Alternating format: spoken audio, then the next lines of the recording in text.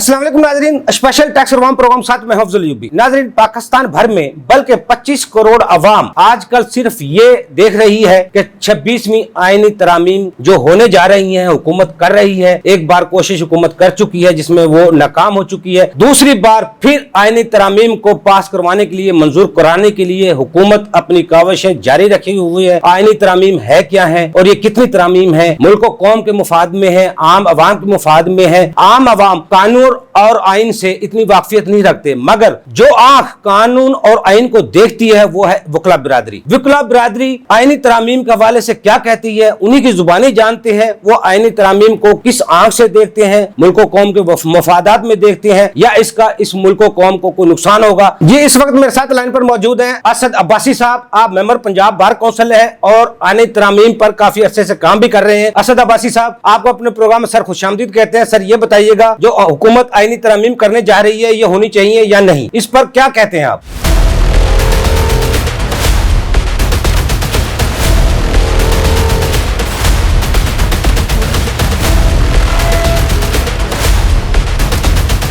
एक बात जो इम्पॉर्टेंट है ना, वो ये है कि ये जो 26वीं आइनी तरमीम है, इसमें सबसे ज़्यादा इम्पॉर्टेंट जो चीज़ है वो कॉन्स्टिट्यूशनल कोर्ट है।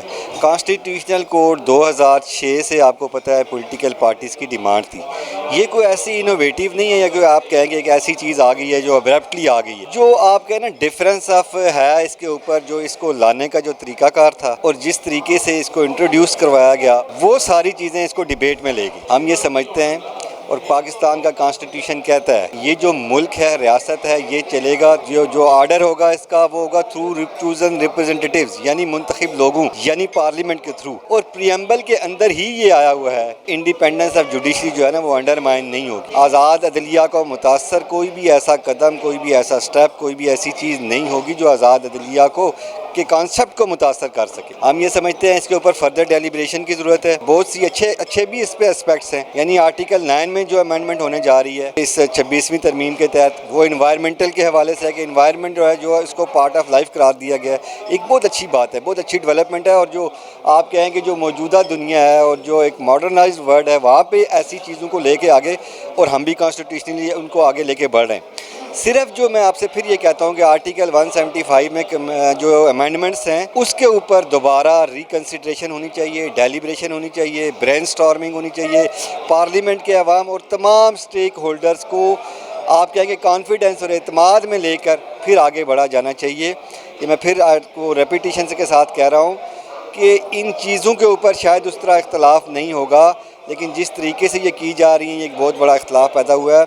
अगर इस पर डिबेट्स हों, डेलिब्रेट्स हों, यानी आपको देखें दो बड़ी इंपॉर्टेंट बातें। आप कहते हैं जी कि जो फेडरल कॉन्स्टिट्यूशनल कोर्ट होगी उसके जो जज साहब होंगे उनकी एज होगी 68। हम ये समझते हैं कि वो 68 नहीं होनी चाहिए, वो 65 ही होनी चाहिए।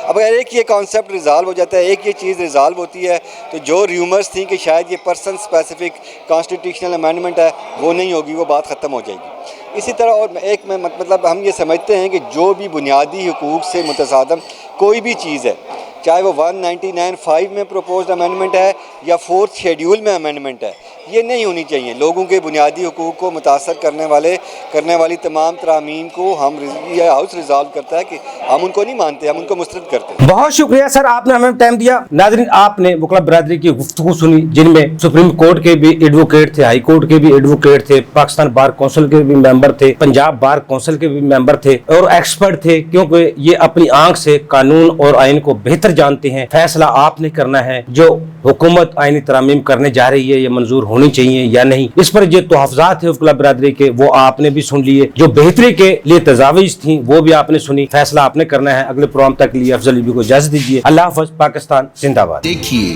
प्रोग्राम टैक्स और अवाम अफजल अयूबी के साथ।